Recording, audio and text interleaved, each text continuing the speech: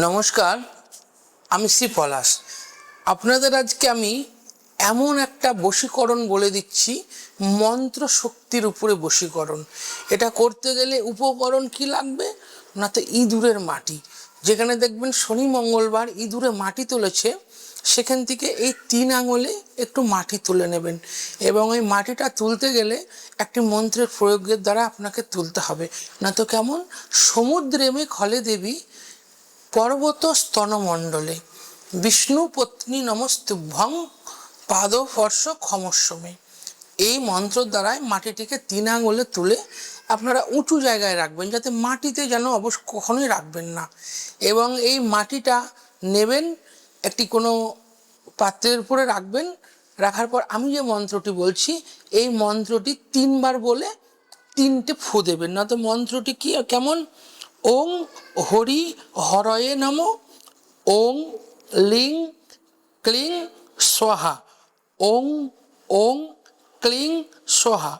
মর্তেতে এলেন মোহিনী, স্বর্গেতে গেলেন বামিনী। লাগবি অমুক অমুকের চরণে, না ছাড়বি মরণে। ওং নমো তীর্থবর্ষী কুরু কুরু স্বাহা।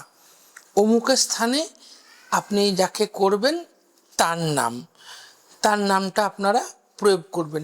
এই মন্ত্রটি 3 বার বলে ফু দিয়ে আপনারা যার গায়ে ছিটিয়ে দেবেন, সে আপনাদের বশীভূত হবে।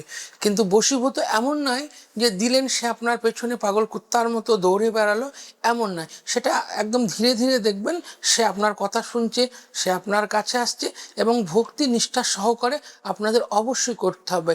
আপনারা কোনো ভালো দিনে প্রথমে মন্ত্রটিকে সিদ্ধ করে নেবেন 108 বার বলে, তারপরে ক্রিয়াটি করবেন, ফল আপনারা অবশ্যই পাবেন।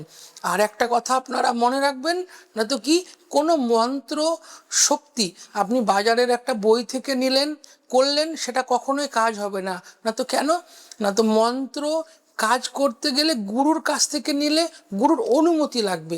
এবং আমি যে মন্ত্রটা দিচ্ছি সেটা আপনাদের অনুমতি আপনাদের লাগবে আমার।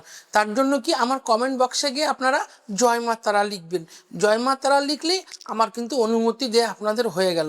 এবং আমার চ্যানেলটি যদি আপনাদের ভালো লেগে থাকে, আমার চ্যানেলটিকে লাইক এবং সাবস্ক্রাইব করবেন। জয় মা তারা।